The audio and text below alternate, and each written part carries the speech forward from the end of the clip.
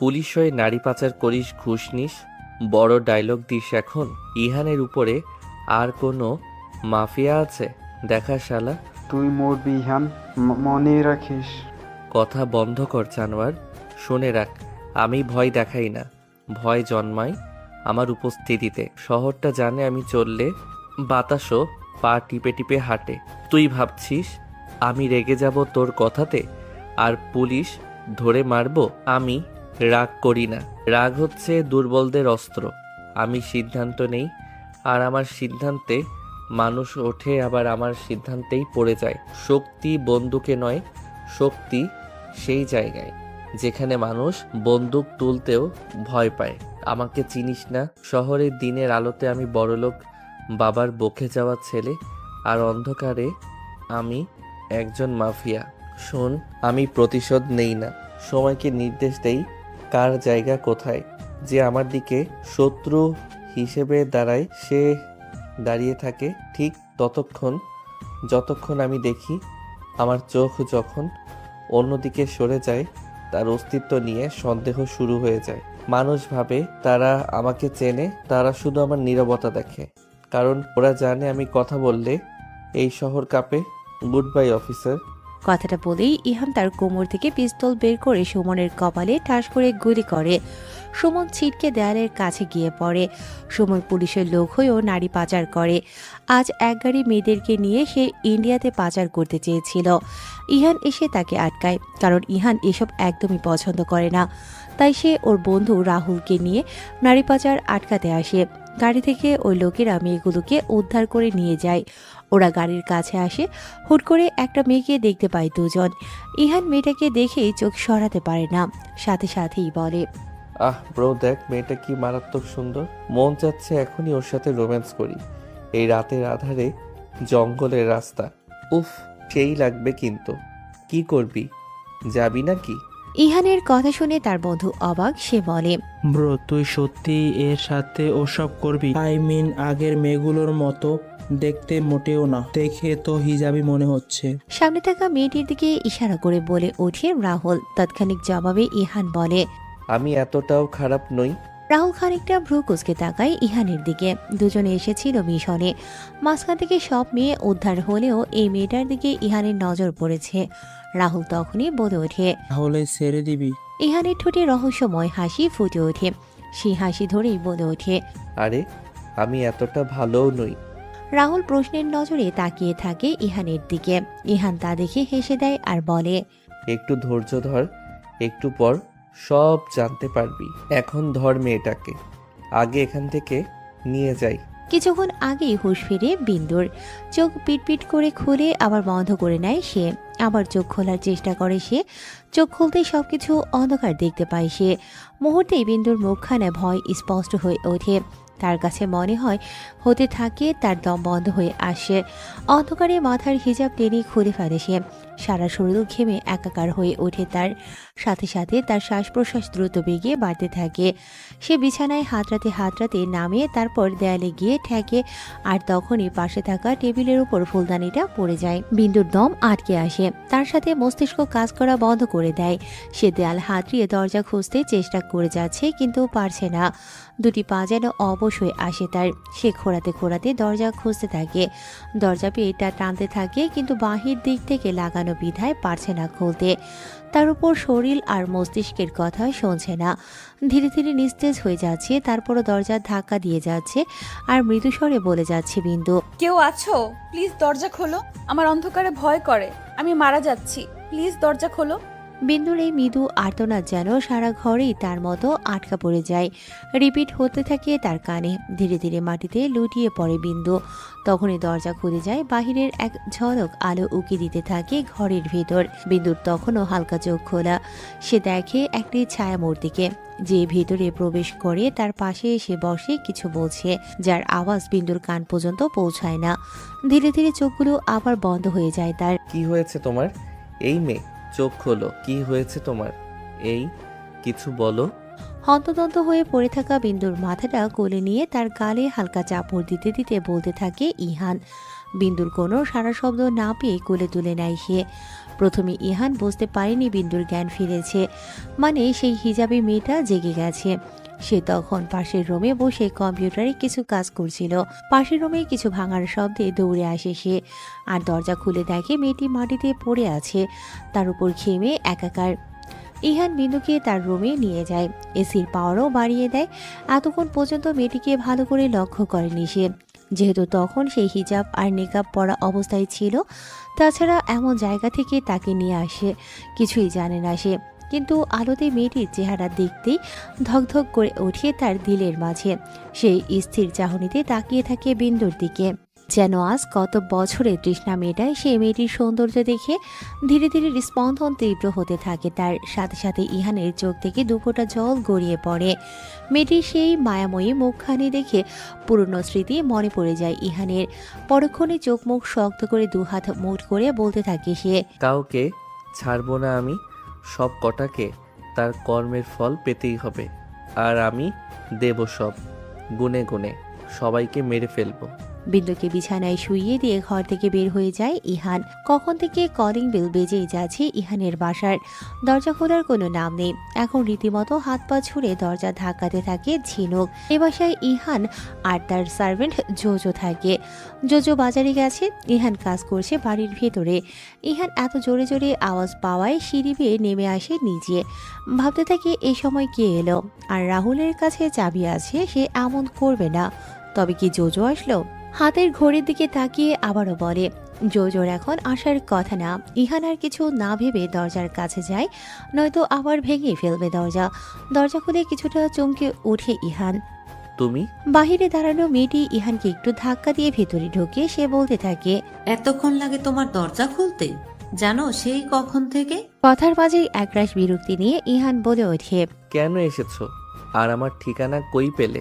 ভয় পেও না, আমি তোমার কার্ড রেখে দিয়েছিলাম সেদিন রাতে। মেয়েটি ইহানের কাছে ঘেঁষতে থাকে ধীরে ধীরে। ইহান ভ্রুকুচকে তাকায়। মেয়েটি ইহানকে জড়িয়ে শার্টে কিছু খুলে থাকা বোতামের উপর দিয়ে ইহানের লোমহীন বুকে চুমু খেয়ে বলতে থাকে, মনে আছে তোমার সেই রাতের কথা? আমি যে ভুলতে পারিনি তোমার করা কঠোর স্পর্শকে। সেদিন মনে হয়েছিল যেন তোমার মনের রাগ সব আমার উপর দিয়ে শেষ করতে চাইছো। আমি যে তোমার স্পর্শর প্রেমে পড়ে গেছি, আর যে ওই স্পর্শ খুব করে পেতে ইচ্ছে করছে, তাই তো ছুটে এসেছি। ইহান ঝিনুকের কথাতে যতটা না অবাক হয় তার চেয়ে দ্বিগুণ বিরক্ত হয়, যা তার চোখে মুখে স্পষ্ট বোঝা যেতে থাকে।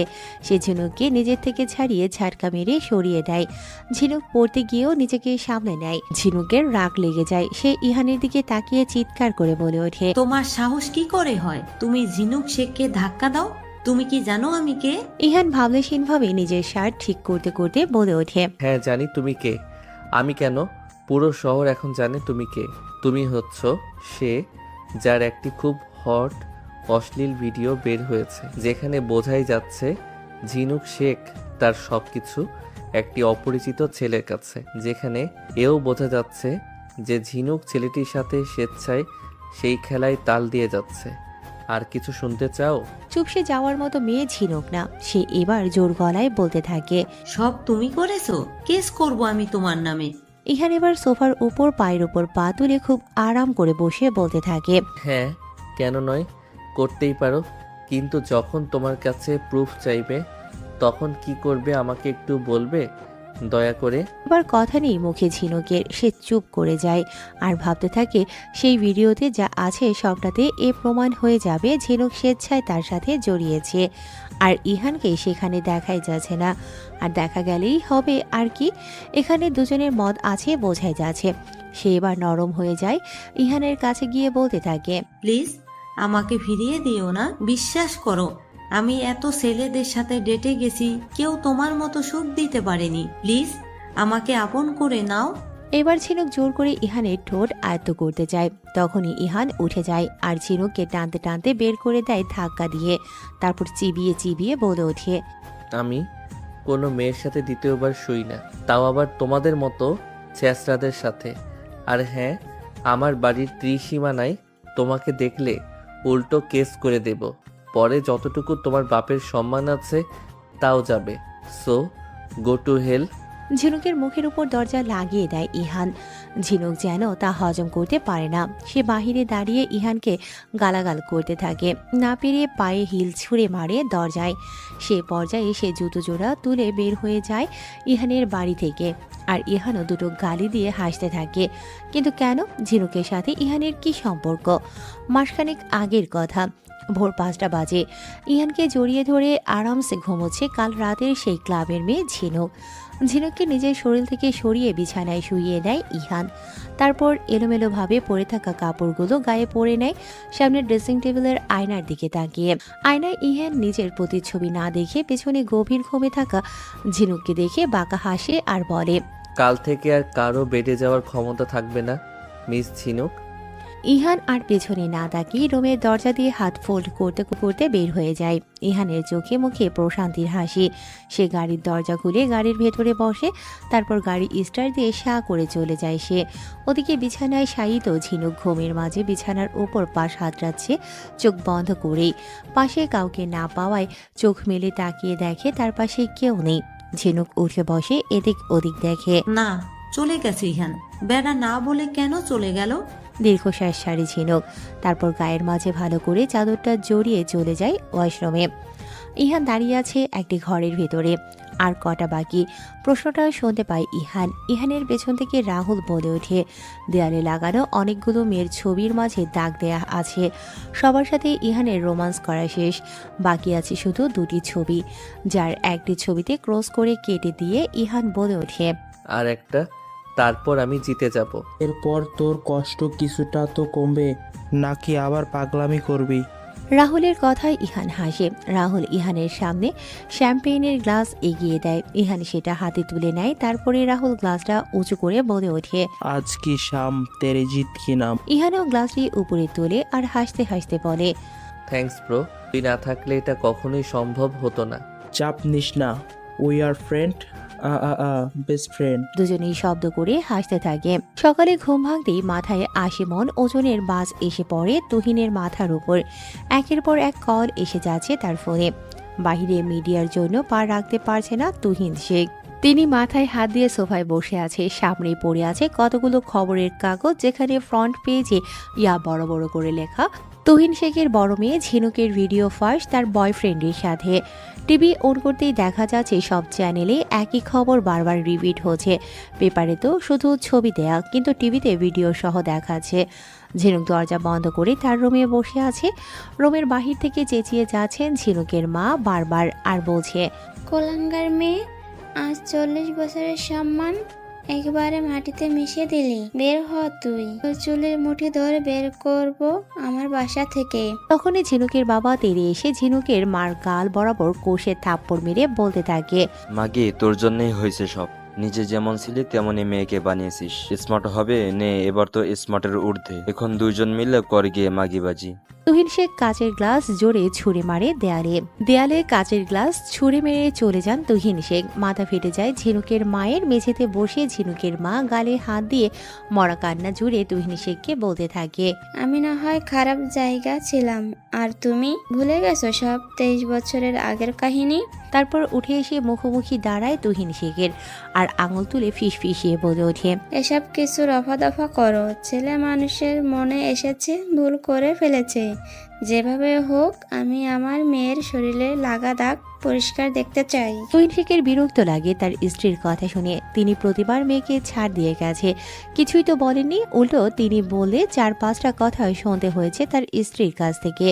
তিনি দীর্ঘশ্বাস ছাড়ে তার স্ত্রীকে তার থেকে কিছুটা ধাক্কা দিয়ে দূরে সরিয়ে দিয়ে বলতে থাকে, আসলেই আমার অতীতের করা কাজের পাপ এখন তো আমারই বইতে হবে। তুহিনের স্ত্রী কিছুই বোঝে না তো দূর, মুখ বেঁকিয়ে আবার মেয়ের দরজায় কড়া নাড়তে থাকে। এদিকে ইহানের সামনে পড়ে থাকা নিউজ পেপার আর সামনের টিভিতে ভিডিওগুলো দেখে বাঁকা হাসি এসে পাশে থাকা রাহুল চায়ের কাপে চুমুক দিয়ে বলতে থাকে, বলতে হবে দোস্ত, মেয়েটি খুব মজাই করেছে কাল রাতে। ভিডিও দেখে মনে হচ্ছে তোর থেকে এনজয়ও বেশি করেছে। গম্ভীরভাবে বলে ইহান। রাহুল পিঠে চাপড় মেরে বলে উঠল, তোর কষ্ট যে এখন ভারী পড়ে ওদের ওপর। এক চোখ টিপ মারি রাহুল। ইহান মৃদু হেসে বলে ওঠে, এই কষ্টই যে ওদের ধ্বংস করতে যথেষ্ট। এখন চল এই হিজাবি মেয়ের সাথে দেখা করতে হবে। বিন্দু, কি করবি তার সাথে?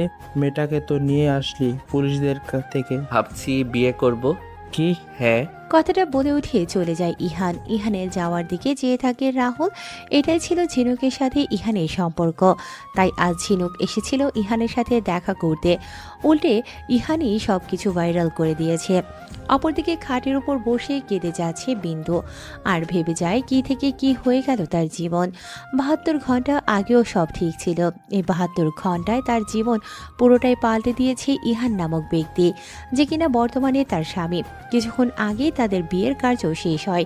বিন্দু না চাইতো এ বিয়ে করতে রাজি হয়, নয়তো তার বাপ ভাই এখন জেলে থাকতো। বিন্দু মনে মনে ভাবে তার বাবা যে এত বড় পাপের সঙ্গে জড়িয়ে আছে সে স্বপ্নেও কল্পনা করেনি। ছোটবেলা থেকেই দেখছে তার বাবা সমাজের চোখে খুব সৎ, ধার্মিক এবং পরোপকারী একজন মানুষ। তার ভাইও বাবার দেখানো পথেই চলে। কিন্তু ইহান এসে যে সত্যিটা সামনে আনে তাতে বিন্দুর পায়ের নিচের মাটি সরে যায়। তার বাবা এবং ভাই যে নারী পাচারের এই জঘন্য চক্রের সঙ্গে যুক্ত তা বিশ্বাস করা তার জন্য অসম্ভব ছিল। ইহান যখন সমস্ত প্রমাণ তার সামনে রাখে তখন তার অবিশ্বাস করার উপায় থাকে না। ইহান সরাসরি প্রস্তাব দেয়, হয় সে ইহানকে বিয়ে করে তার স্ত্রী হবে, নয়তো তার বাবা ভাইকে সারা জীবন জেলের ঘানি টানতে হবে। এমন পরিস্থিতিতে বিন্দু কোনো উপায় না দেখে পরিবারের সম্মান বাঁচাতে রাজি হয়ে যায়। কিন্তু এই লোকটার মতো একজন মাফিয়া টাইপের মানুষকে বিয়ে করা যে তার জীবনের কত বড় ভুল তা সে জানে না। তার বাগদত্তা রিশাদকে সে ভালোবাসে, যাকে এখন সে কোনো উত্তর দিতে পারে না। তার জীবন এখন এক অজানা অন্ধকার সুড়ঙ্গের দিকে এগিয়ে যায়। বিয়ের আগে রাহুলের সাথে ইহান কথা বলে সেই অন্ধকার ঘরে আসে। বিন্দু তখনও বিছানায় শুয়ে ঘুমোচ্ছে। সেই সময় ঘুমন্ত বিন্দুর মুখে এক জগ পানি ঢেলে দেয় ইহান। চোখে মুখে এভাবে পানি পড়াতে ধরফড় করে উঠে বসে বিন্দু। হঠাৎ এমন হওয়ায় হতভম্ব হয়ে যায় বিন্দু। কিছু বুঝে ওঠার আগেই হাতে টান পড়ে তার। হাতের দিকে তাকিয়ে বুঝতে পারে এই কাজটি সামনে থাকা লোকটির। বিন্দু ইহানের এভাবে হাতে টান দেয় যেন রাগ লাগছে। সে সাথে সাথে হাতটা ঝাড়া মেরে সরিয়ে চিৎকার করে বলে ওঠে, আপনার সাহস তো কম না? বলা নেই কওয়া নেই একজন পুরুষ হয়ে অপরিচিত মেয়ের হাত ধরে টানাটানি করছেন। ভদ্রতা জানেন না নাকি? ভদ্রতা জানি, আর এও জানি আমি কোনো পরনারীর হাত ধরি নাই, আমার হবু বউয়ের হাত ধরেছি। কথাটা বলে আবার হাত ধরে বিছানা থেকে টেনে নামায় বিন্দুকে। বিন্দু অবাক হয় ইহানের কথায়। সে বলল, কি যা তা বকে চলেছেন? আমি আপনার হবু বউ হব কোন দুঃখে?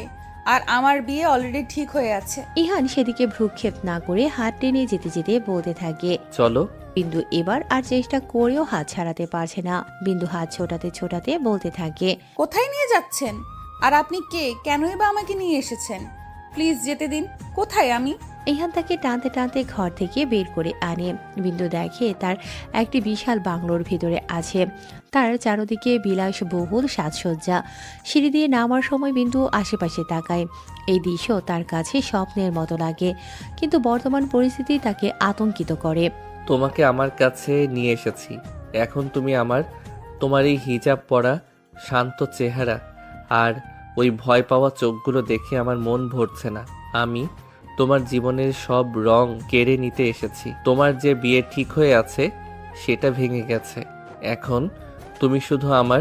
ইহান শক্ত হাতে তাকে সিঁড়ি দিয়ে নামিয়ে আনে। সিঁড়ির শেষ ধাপে এসে বিন্দু দেখে নিচে আরো কিছু লোক দাঁড়িয়ে আছে, যারা সবাই ইহানের লোক। তাদের সবার চোখে মুখে এক প্রকার ভয় মেশানো সম্মান। ইহান তাদের দিকে একবার তাকায় এবং তার মাথা নিচু করে। বিন্দু ভয়ে কাঁপে। ইহান তাকে টেনে নিয়ে একটা বড় হলরুমের দিকে যায়, যেখানে অনেক দামি আসবাবপত্র সাজানো আছে। প্লিজ আমার হাত ছাড়ুন, ব্যথা লাগছে। বিন্দু মিনতি করে। ইহান তার দিকে তাকায় না, বরং তার হাতটা আরো শক্ত করে ধরে। তোমার ব্যথা এখনই শুরু হচ্ছে মাত্র। অপেক্ষা করো। আমার জীবনের সব কষ্টের প্রতিদান আমি তোমার কাছ থেকে আদায় করব। বিন্দুর মাথা ঘুরে যায়। সে বুঝতে পারে না এই লোকটা কেন তাকে এমন শাস্তি দিতে চায়। তার জীবনের কষ্টের সাথে বিন্দুর কি সম্পর্ক? এই লোকটাকে তো সে চেনেও না। সে দুর্বল পায়ে হাঁটে। তার চোখ দিয়ে অনবরত জল গড়িয়ে পড়ে। তার একমাত্র চিন্তা হলো তার বাবা ভাই কি এখন সত্যি সত্যি মুক্ত, নাকি তাদের সাথেও কোনো খেলা চলছে। সে ইহানকে জিজ্ঞেস করতে চায়, কিন্তু ভয়ে তার গলা দিয়ে কোনো শব্দ বের হয় না। ইহান তাকে হলরুমের মাঝখানে এনে দাঁড় করায়। তারপর তার হাত ছেড়ে দিয়ে গম্ভীর স্বরে ঘোষণা করে, এই যে মহিলাটিকে দেখছো, সে আজ থেকে আমার স্ত্রী, আর এই বাড়িতে তার প্রতিটি নির্দেশ পালন করা হবে। তবে মনে রাখবে, এই বাড়িতে সে কেবল একটি পুতুল, আমার হাতের পুতুল। তার ইচ্ছের কোনো মূল্য নেই, তার কোনো বন্ধু বা আত্মীয়ের সাথে কোনো যোগাযোগ থাকবে না। সে এখন থেকে শুধুই বিন্দু ইহান। বিন্দু তার কথা শুনে হতবাক হয়ে দাঁড়িয়ে থাকে। তার জীবন এক মুহূর্তে অন্য কারো হাতে চলে যায়। সে চোখ তুলে ইহানের দিকে তাকায়। ইহানের চোখে কোনো আবেগ নেই, আছে শুধু এক শীতল প্রতিশোধের আগুন। বিন্দু বুঝতে পারে তার জীবন এখন এক খাঁচার পাখি, যার মুক্তি নেই। ইহানের এবার যেন খুব রাগ লাগছে। সে এবার বিন্দুকে তার বরাবর দাঁড় করিয়ে বলতে থাকে। বিয়ে করতে হবে এখন তোমাকে। বিষম খায় বিন্দু। কিছু বুঝে ওঠার আগেই আবার হাঁটতে শুরু করে ইহান। তখনই বিন্দু তার সকল শক্তি প্রয়োগ করে ধাক্কা মারে ইহানকে। ইহান কিছুটা আনব্যালেন্স হয়ে পড়ে যেতে নেয়, কিন্তু পড়ে না। তখনই বিন্দু বলে ওঠে, আপনি আমার কথা বোঝেন না নাকি অবুঝ আপনি? বারবার বলছি আমার বিয়ে ঠিক হয়ে আছে। আর কে আপনি? এত কিসের অধিকার খাটাচ্ছেন আপনি আমার উপর? খবরদার, আরেকবার আমাকে স্পর্শ করেছেন তো জানে মেরে ফেলবো আপনাকে। আপনি জানেন আমি কে? যদি জানতেন তাহলে আমাকে স্পর্শ করার সাহস পেতেন না আপনি। ইহান এবার হো হো করে হাসিতে মেতে ওঠে। বিন্দু এক ভ্রু উঁচু করে যে ভাবে লোকটি বুঝি পাগল হয়ে গেছে। মুহূর্তে গম্ভীর হয়ে ওঠে ইহান আর বলতে থাকে, অনেক বলেছ, আর আমিও অনেক শুনেছি। এবার চলো, দেরি হয়ে যাচ্ছে। ইহানের কথায় দুই পা পিছিয়ে যায় বিন্দু। এতক্ষণ পর্যন্ত নিজেকে শক্ত রাখতে পারলেও এখন আর পারছে না সে। কান্না আসছে তার। বুঝতেই পারছে এ লোক খুব তেড়া, এর সাথে সে পারবে না। তবুও সে শেষ পর্যন্ত লড়ে যাবে। তখনই ইহান হুমকির সুরে বলে ওঠে, যদি নিজের বাবা ভাইয়ের ভালো চাও তাহলে চলো। বিন্দু চমকে তাকালো। ইহান মুচকি হেসে আবার হাত টান দিতে নেয়। বিন্দু হাত সরিয়ে নেয় আর তাচ্ছিলের একটা হাসি দিয়ে বলতে থাকে, আপনি আমাকে ভয় দেখাচ্ছেন? রাহিন সরকারের বোনকে আপনি চেনেন তাদের? একবার জানতে পারলে আপনার মাথাটা থাকবে না। রাহিন সরকার নামটা শোনার সাথে সাথে রাগ চেপে বসে মাথায় ইহানের। সে সাথে সাথে বিন্দুর কিছু চুল হাতের মুঠোয় টেনে ধরে বলতে থাকে, রাহিন সরকারের নামটা না নিলেই পারতিস। ভালো খাতির করছিলাম, ভালো লাগেনি তোর। এখন দেখছি তোকে আমার খারাপ দিকটা দেখাতেই হবে। খুব তেজ না তোর শরীরে? এই ছোট থেকে পই পই হিসেব নেব আমি আজ। একবার বিয়েটা হতে দে। বিন্দু ব্যথায় কুকড়ে যাচ্ছে। বারবার হাত ছোটানোর চেষ্টা করে যাচ্ছে, কিন্তু ব্যর্থ হচ্ছে প্রতিবার। চোখ দিয়ে পানি পড়ছে টপ টপ করে। বিন্দু কাঁদো কাঁদো গলায় বলে ওঠে, প্লিজ ছাড়ুন, অনেক ব্যথা পাচ্ছি। ইহান আরো জোরে টান দেয়। ব্যথায় আরো জোরে চিৎকার করে উঠল সে। ইহান এবার চুল টেনেই নিচে নামাতে নেয়, কিন্তু বিন্দু হার মানতে রাজি নয়। এবার রাগ বেড়ে যায় ইহানের। বিন্দুকে ধাক্কা মেরে ফেলে দেয়। সাথে সাথে ফ্লোরে পড়ে যায় বিন্দু। তখনই ইহান বলতে থাকে, তোরা ভালো কথা কাজ কোনোটারই দাম দিতে জানিস না, বা ঠিকই শুনি। কি ভাবিস তোরা? উপরে হাদিস কোরআন দেখাবি আর নিচ দিয়ে পাপ কাজ করে বেড়াবি? কেউ কিছু বলবে না? বিন্দু ফ্লোরে পড়ে হাঁপাতে থাকে। সে দ্রুত উঠে বসার চেষ্টা করে, কিন্তু তার মাথা ঘুরছে। ইহান তার কাছে এগিয়ে আসে। তার চোখে এখন যেন আগুন জ্বলছে। বিন্দু নিজেকে গুছিয়ে নিয়ে দ্রুত উঠে দাঁড়ায়। তার চোখ তখনও জলে ভরা, কিন্তু ভয়ে নয়, এবার তার রাগে। আমি কি পাপ করেছি? আমার বাবা ভাই যা করেছে তার দায় আমি কেন নেব? আর আমার জীবন নিয়ে ছিনিমিনি খেলার আপনি কে? আমাকে যেতে দিন, নইলে আমি চিৎকার করে লোক জড়ো করব। ইহান এবার তীব্র হাসি হাসে, যা বিন্দুর বুকের ভেতর কাঁপন ধরায়। চিৎকার করবে? কাকে ডাকবে তুমি? তুমি এই মুহূর্তে আমার ব্যক্তিগত দ্বীপে আছো। এখানে তোমার চিৎকার শোনার মতো কেউ নেই আমার লোক ছাড়া। আর তোমার বাবা ভাই, তারা এখন নিরাপদে আছে, ঠিক যেমনটা আমি চেয়েছি। তুমি আমার হয়ে গেলেই তারা মুক্ত। তবে মনে রেখো, তাদের মুক্তির একমাত্র চাবিকাঠি তুমি বিন্দু। ইহান তার কাছে এক পা এগিয়ে আসে। বিন্দু ভয়ে দুপা পিছিয়ে যায়। সে দেয়ালে পিঠ ঠেকায়। তুমি জানো না তুমি কার ক্ষতি করেছো। আমি যা হারিয়েছি তার মূল্য তোমাকে দিতে হবে। তোমার পবিত্রতার মুখোশ আর বেশি দিন থাকবে না। আজ থেকে তোমার জীবন আমার হাতে। তোমার প্রতিটি শ্বাস আমার অনুমতিতে চলবে। তোমার প্রতিটি স্বপ্ন আমার ইচ্ছেতে ভাঙবে। কিন্তু মাথা নিচু করে নেয়। সে বুঝতে পারে এই লোকটি কতটা ভয়ঙ্কর। তার কথায় কোনো ফাঁকি নেই, সবটাই কঠিন বাস্তব। নিজেকে অসহায় মনে হয় তার জীবনে এই লোকটির প্রবেশ তার সমস্ত কিছু কেড়ে নেয়। তার স্বপ্ন, তার স্বাধীনতা, তার ভালোবাসা সব। সে শেষবারের মতো করুণ চোখে ইহানের দিকে তাকায়। আপনি আমাকে মুক্তি দিন। আমি আপনাদের কথা দিচ্ছি, আমি আর কখনো আপনার সামনে আসব না। আমি আপনার কাছে হাত জোর করছি, প্লিজ। হাত জোর? তুমি? এখন থেকে তুমি শুধু আমার সামনে হাঁটু গেড়ে বসবে, কারণ তুমি আমার আর মুক্তি সেটা আমার অভিধানে নেই। এখন চলো, দেরি হচ্ছে। আমি কোনো শুভ কাজ দেরি করে শুরু করি না। ইহান জোর করে বিন্দুর হাত ধরে, এবার বিন্দু কোনো বাধা দেয় না। তার শরীরের সব শক্তি যেন নিমিষেই শেষ হয়ে যায়। সে নীরব পুতুলের মতো ইহানের সাথে হেঁটে যায়। তার চোখে শুধু একরাশ অন্ধকার। তার মাথায় ঘুরতে থাকে তার বাবা ভাইয়ের মুখ। তাদের রক্ষার জন্য সে যে কোনো কিছু করতে পারে। ইহানের কোনো কথার অর্থ বিন্দু বোঝে না, না বোঝারই কথা। বিন্দু বলে ওঠে, কি যাতা বলছেন? ইহান সাথে সাথে দু হাতে তালি বাজায়। সঙ্গে সঙ্গে টিভির স্ক্রিনে বিন্দুর ভাই বাপের ছবি ভেসে ওঠে। ছবিটি দেখে সাথে সাথে হাসি ফুটে বিন্দুর ঠোঁটে, কিন্তু হাসিটা ছিল ক্ষণিকের, যা পর মুহূর্তেই আরেকটি ছবি দেখে মিশে যায়। ছবিটিতে দেখা যাচ্ছে তার ভাই কাউকে জবাই করছে, আর তার বাবা সেই লোকটির পা দুটি চেপে ধরেছে। ধপ করে বসে পড়ে ফ্লোরে বিন্দু, আর কাঁদতে থাকে। বিন্দু ভাবতে থাকে তার বাবা আর ভাই আল্লাহওয়ালা মানুষ, তারা এটা কিভাবে করছেন। সাথে আশেপাশে অনেক মেয়ে। ছবিটি দেখে ভয় কেঁপে উঠছে বারবার বিন্দু। কি নির্মমভাবেই না হত্যা করছে লোকটিকে। তখনই ইহান বলে ওঠে, বিয়ে করবে নাকি জেলের ভাত খাওয়াবো তোমার রাহিন ভাইকে? চলো চলো চোখে তাকায় ইহানের দিকে বিন্দু আর বলল, আপনি মিথ্যা বলছেন না? ইহান মাথা নাড়ে। সে বলে, না, এমন অনেক প্রুফ আছে তোমার পরিবারের অ্যাগেনেস্টে। এখন তোমার হাতে সব। আমি নিচে যাচ্ছি। 10 মিনিটের নিচে না আসলে এসব কিছু আমি পুলিশের কাছে পাঠিয়ে দেব। কথা শেষ করে বের হয়ে যায় ইহান। ঠোঁটে তার বাঁকা হাসি। ইহান যেতেই হাউমাউ করে কেঁদে ওঠে বিন্দু। তার বাবা ভাই এমন হবে ভাবতে পারেনি সে। কতই না গর্ব ছিল তাদের নিয়ে। সব ভেঙে চুরমার। আর যাই হোক, ভালোবাসে তাদের। জেলে দেখতে পারবে না সে।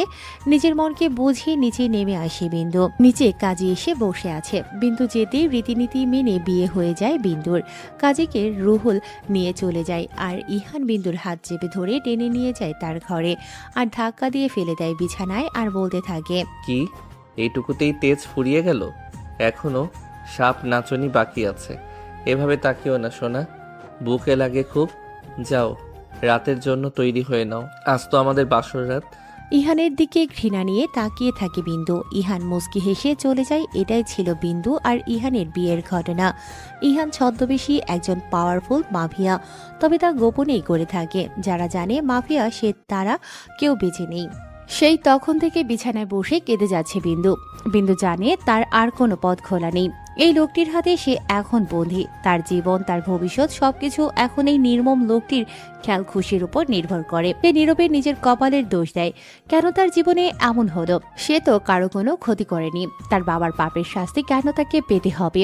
সে তার জীবন থেকে পালিয়ে যেতে চায়, কিন্তু জানে এই দ্বীপের মতো জায়গা থেকে পালানো অসম্ভব। সে কেবল সৃষ্টিকর্তার কাছে প্রার্থনা করে। আর সন্ধ্যা হয়ে আসে। বিন্দুর এদিকে ছটফটানি বাড়ছে। তখনই আজান দেয় সন্ধ্যার। বিন্দু হাত মুখ ধুয়ে অজু করে নামাজ পড়ে নেয়। তারপর দোয়া করতে বসে। অনেক দুর্বল থাকায় জায়নামাজেই শুয়ে থাকে বিন্দু। জায়নামাজকে আঁকড়ে ধরে সে যেন কোনো এক আশ্রয় খুঁজে নিতে চায়। বাইরের পৃথিবীতে তার আর কোনো নিরাপদ স্থান নেই। সময় গড়িয়ে রাত প্রায় 12টা। বিন্দু হয়তো অজান্তেই কিছুটা তন্দ্রাচ্ছন্ন হয়ে পড়ে। শরীরে কারো ঠান্ডা হাতের স্পর্শ পেয়ে শিহরিত হতে থাকে বিন্দু। স্পর্শ গভীর হতেই জেগে যায় বিন্দু। চোখ মেলে ইহানকে দেখে উঠে যেতে নেয় বিন্দু। দুর্ভাগ্য বিন্দুর, সে পারে না, কারণ তার হাত পা চারদিক দিয়ে বাঁধা খাটের সাথে। বিন্দু মিনতির সাথে বলতে থাকে, প্লিজ আমাকে ছেড়ে দিন, আমার কোনো ক্ষতি করবেন না। ইহানের যেন সেদিকে খেয়াল নেই। নেশাগ্রস্তের মতো সে বিন্দুর পায়ে তার ঠান্ডা হাত দিয়ে ছুঁয়ে দিয়ে যাচ্ছে বারবার। তার স্পর্শে বিন্দুর সারা শরীর কেঁপে ওঠে। ভয়ে তার মুখ দিয়ে কোনো শব্দ বের হয় না। তার শরীর স্থবির হয়ে আছে। তার চোখ দিয়ে শুধু জল গড়িয়ে পড়ে। ভয় পেও না সোনা, এটা তো শুরু মাত্র। আজ রাতটা তোমার জীবনের সবচেয়ে স্মরণীয় রাত হবে। আমি তোমাকে আমার সবটুকু দেব, যা তুমি কল্পনাও করনি।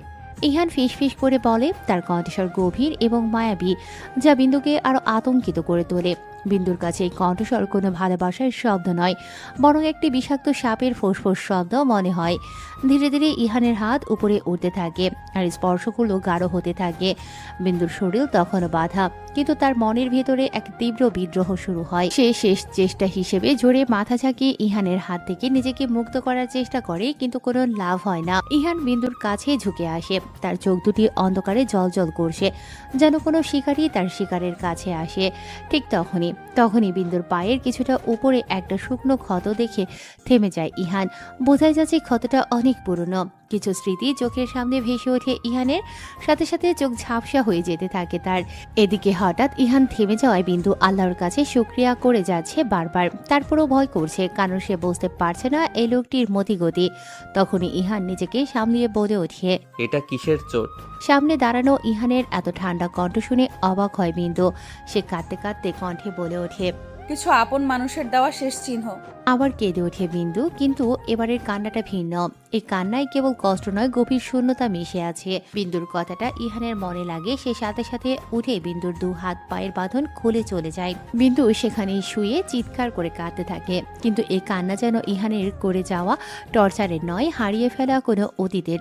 দুজনেই দুদিকে কাছে, দুজনের দুঃখ যেন এক। মনে পড়ে যাচ্ছে সেই ছোট্টবেলার কথাগুলো, হাসি খুশি ভরা জীবনের কাহিনীগুলো, ইহানের অতীতের স্মৃতি।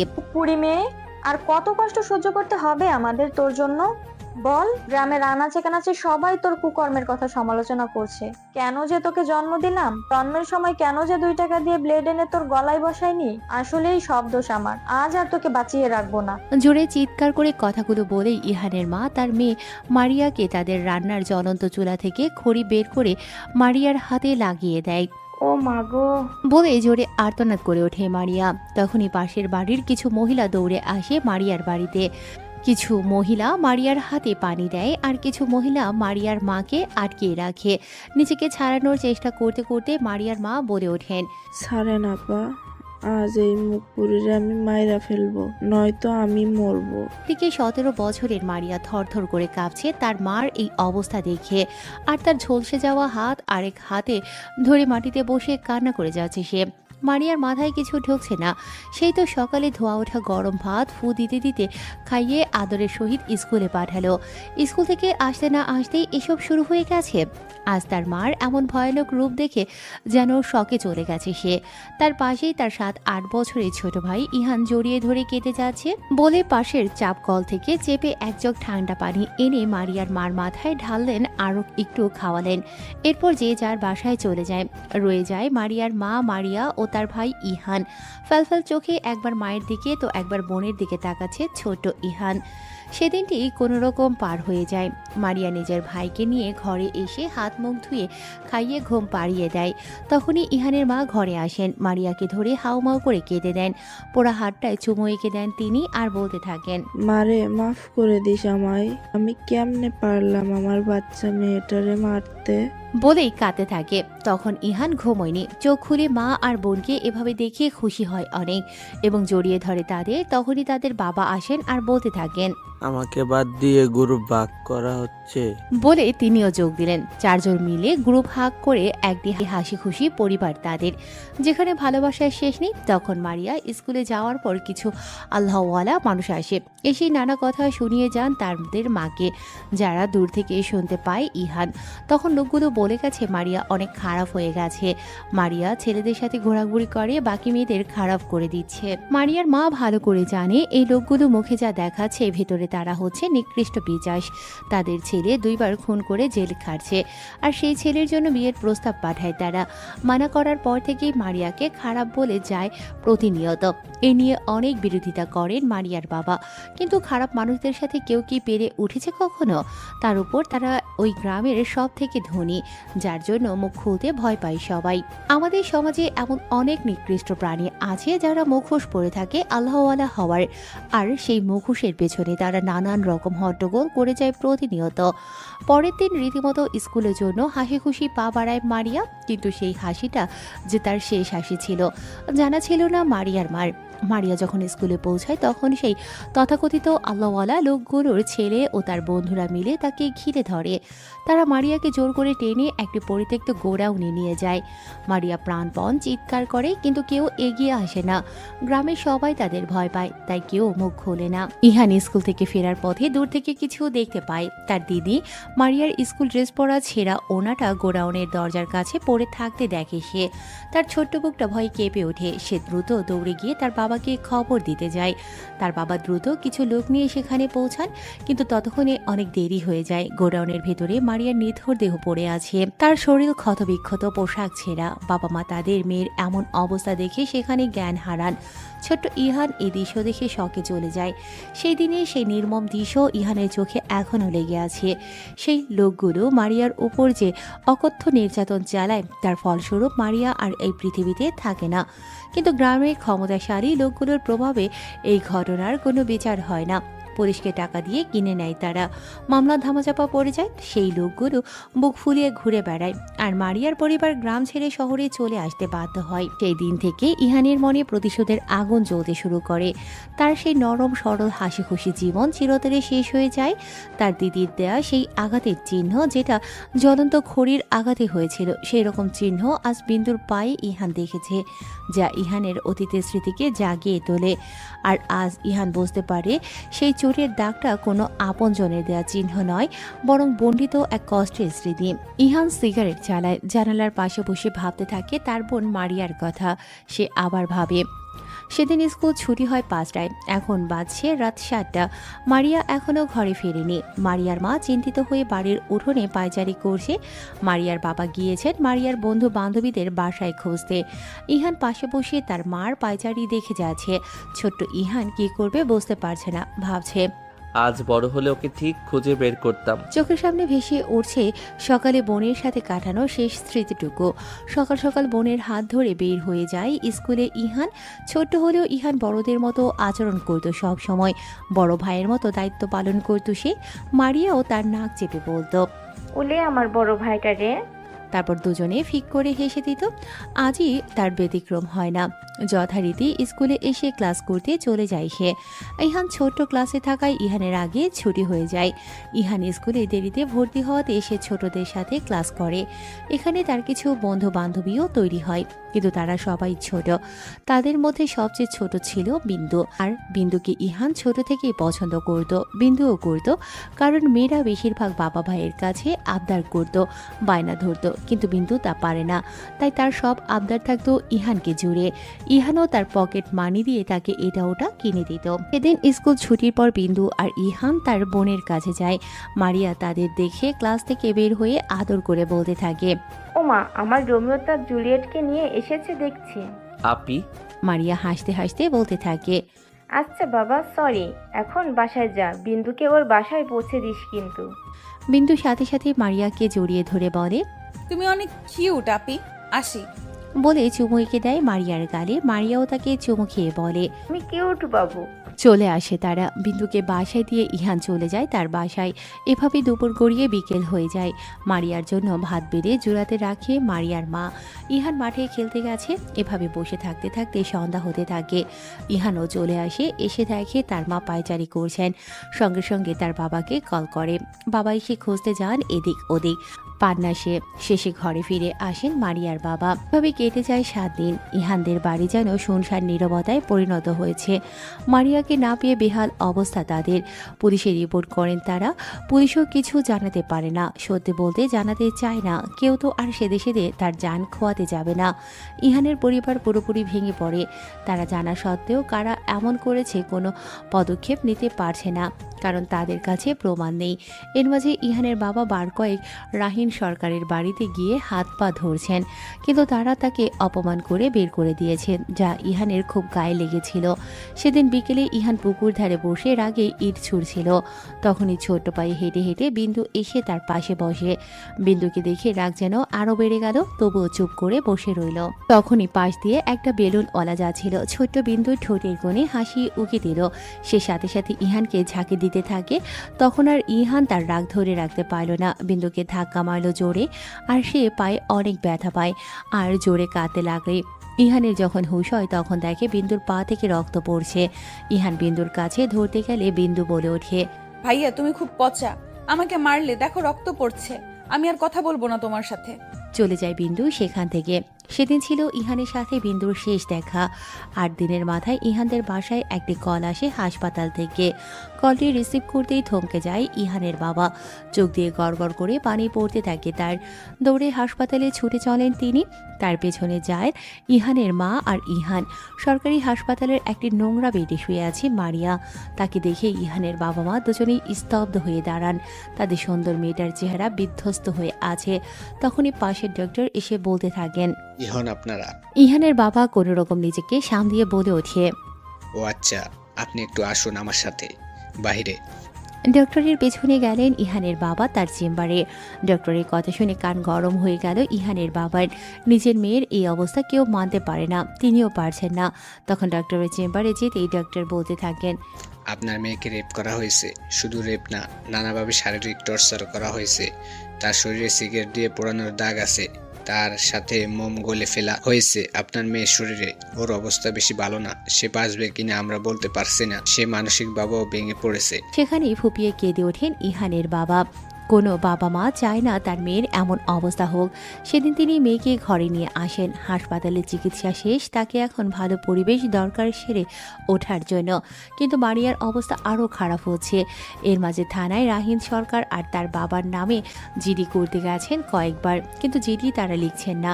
কারণ জিজ্ঞাসা করলে বলছে প্রমাণ দিতে, যা তাদের কাছে নেই। হতাশ হয়ে বাড়ি ফিরতে আসতো তিনি। সব রাস্তা যখন ধীরে ধীরে বন্ধ হয়ে যাচ্ছিল, তখনই একটি আশার আলো দেখতে পায় তারা। সেদিনের আশার আলো নিয়ে এসেছিল একটি ফোন কল। ইহানের বাবার চোখ মুখ উজ্জ্বল হয়ে ওঠে সেদিন। শান্তির নিঃশ্বাস ফেলে পুলিশের কেস করেন ইহানের বাবা। এবার পুলিশেরা কাচুমাচু হয়ে দাঁড়িয়ে সালাম করতে করতে কেসটি লেখে। মারিয়ার স্টেটমেন্ট নিয়ে তারা আরও অবাক হয়। তাদের সাথে আরও দুজন জড়িত আছে শুনে। কেস করার ঠিক মুহূর্তের মধ্যে আসামিদের হাজির করে হাজতে ভরা হয়। সবকিছু মুহূর্তেই জাদুর মতো কাজ করে চলে। কেস এখন আদালত পর্যন্ত আনা হয়েছে। পরশু তার ডেট। দিনগুলো কোনো রকমে কেটে গেল। বিপত্তি ঘটল আগের দিন। তখন ইহানের মা উঠোন ঝাড় দিয়েছিলেন। হুট করে দুজন মহিলা ফুল বোরকা, হাত মোজা, পা মোজা পরা বাড়ির ভেতরে ঢোকে। ইহানের মা তাদের দেখে খুব বিরক্তি প্রকাশ করেন আর বলতে থাকেন, কি চাই? মহিলাদের মাঝে একজন মহিলা তার নেকাব তুলে কোনো ভনিতা না করে বলতে থাকেন, তোমাগো মতো মানুষদের কাছে কি আর চাইতে পারি? তাই তোমার ওই ধর্ষিতা মায়ের লাগে আমার পোলার বিয়ার প্রস্তাব আনছে। কেউ তো আর বিয়া করব না। ইহানের মায়ের মাথায় যেন রাগ চেপে বসে। তিনি জবাবের সুরে বলতে থাকেন, আমার মেয়েরে আমরা কি করব তা আপনাদের ভাবতে হবে না, আপনারা যেতে পারেন। মহিলারা যেন খেপে গিয়ে বলতে থাকেন, তোমাগো কারণে আমার পোলাটা জেলে না হয় ভুলে কইরা ফেলছে। তাই কি আমগো মতো ফারেজগার ফ্যামিলি গ্রামে আর কয়টা পাইবে? তাও তোমাদের ভাগ্য আমার পোলা বিয়া করতে চায়। ইহানের মা এবার তেড়ে গিয়ে বলেন, অনেক শুনেছি আপনাদের কথা, যান বের হন আমার বাসা থেকে। ছেলেকে বাঁচাবার জন্য এত কাহিনী, ভুলে যাবেন না আপনার ছেলের জন্য আমার মেয়ের এই অবস্থা। আপনারও একটি মেয়ে আছে, আল্লাহ না করুক তার সাথে এমন হলে কি করতেন? গলা টিপ্পা মাইরা লাইতাম, অমন মেয়ে ঘরে তুলতাম নাকি জীবনে? আপনারা পারতেন, তা আমার জানা আছে। নিজে এক নারী হয়ে অন্য নারীর পীড়ন বুঝতে পারেন না, সে যে কেমন মহিলা তা আমার জানা আছে। বের হন আমার বাড়ি থেকে, না হয় ঘাড় ধাক্কা দিয়ে বের করব আপনাদের। মহিলাটি পান মুখে পুড়িয়ে বলতে থাকেন, আমরা ভালো করলে না, এরপর যা হইব আমাগো আর দুষতে পারবা না। চলে গেলেন তারা। ইহানের মা সেখানেই কাঁদতে লাগলেন। সেদিনই বিকেলের দিকে আসামিদের পরিবারের আরও কিছু লোকজন আসে টাকার অফার করে কেস তোলার জন্য, কিন্তু রাজি হন না তারা। দেখতে দেখতে কেসের দিন এসে যায়। সেদিন হাজির হয় সব প্রুফ নিয়ে রুহুল। তিনি বড় অ্যাডভোকেট, তার সাথে বাল্যকালের বন্ধু ইহানের বাবার। তার সাহায্যে এতদূর এগিয়েছে তারা। সব প্রুফ জমা দেওয়া হয়। দুদল অনেক বিতর্কে জড়ান। তার মাঝে মারিয়ার তলপেটে খুব পীড়ন অনুভব হয়, যা একদিনে অনেকবার হয়েছে। মারিয়া সেখানে কান্না করতে থাকে। তাই রায় জানাবে কাল বলে শেষ করে দেয় সেদিনের মতো। মারিয়াকে হাসপাতাল থেকে দেখিয়ে বাসায় আনা হয়, আর রুহুল নিজেও এসেছেন তাদের বাসায়। খালি হাতে এসেছেন বলে তিনি ইহানকে নিয়ে বের হয়ে যায় বাজারের দিকে। আজ বাজারের দিন বলে গ্রামে অতটা মানুষের উপস্থিতি নেই বলেও চলে। বাজার থেকে অনেক কিছু নিয়ে বাড়ি ফিরতে সন্দেহ হয়ে যায় তাদের। এসে দেখে পুরো বাড়িতে আগুন লেগে গেছে। ভিতরে কেউ থাকলে দেখলে এতক্ষণে পুড়ে ছাই। ছোট্ট ইহান দৌড়ে ভেতরে যেতে নেয়, তখনই রুহুল আটকায় তাকে। ইহান কান্না করতে করতে সেখানে যেতে চায় বারবার। নিজের বাবা মা বোনকে এভাবে আগুনে পুড়ে যেতে দেখে সইতে পারছে না ইহান। চিৎকার করে কেঁদে যাচ্ছে সে। চোখের সামনে এমন মর্মান্তিক ঘটনা সইতে পারেনি। ছোট্ট ইহান জ্ঞান হারায় সে। তখনই কিছু লোক দৌড়ে বাড়ির পেছন থেকে আসে। তা দেখে রুহুল ইহানকে নিয়ে সেখান থেকে পালিয়ে যান। তারপর তাকে তার সাথে ঢাকা নিয়ে আসেন। জ্ঞান ফেরার পর থেকে ইহান আর কাঁদেনি, কেমন শক্ত হয়ে যায়। রুহুলের ছেলে ছিল রাহুল, ইহানের সমবয়সী। রুহুলের স্ত্রী ইহানকে আপন করে নেন। বড় হয়ে ওঠে তাদের কাছে ইহান। ইহানের হাতে থাকা সিগারেট পুড়ে শেষ হয়। সে এতক্ষণ তার অতীতের কথা ভাবছিল। এমন সময় হঠাৎ কলিং বেল বাজতেই হুঁশে ফেরে ইহান। সে ড্রয়িং রুমে ঘুমিয়ে পড়েছিল।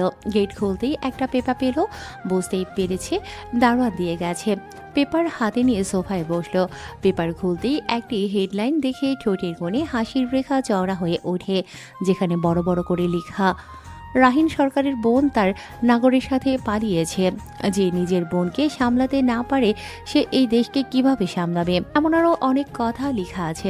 আসলে রাজনৈতিক জায়গাটা এমনই, যেখানে নেতাদের হাঁচি কাশি দিলেও ছাড়ে না। আর তো বোন পালিয়েছে। আজ ইহান খুব খুশি। সব মিলিয়ে কত হেনস্থাটা না করেছে বিন্দুর ভাইকে।